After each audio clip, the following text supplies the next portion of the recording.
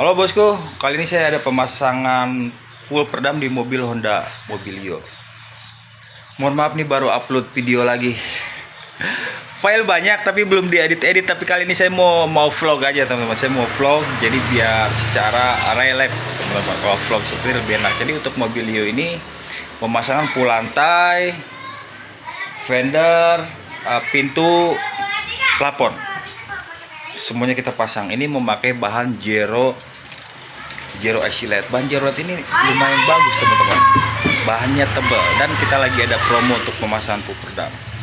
Untuk biayanya ini full pemasangan ini hanya 6 juta, bosku.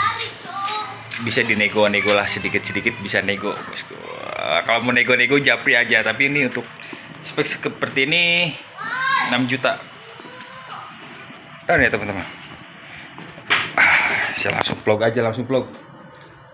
aja seperti ini. Jadi biar saya nggak capek-capek ngedit, nih. Nah, ini pembahasan di pintu.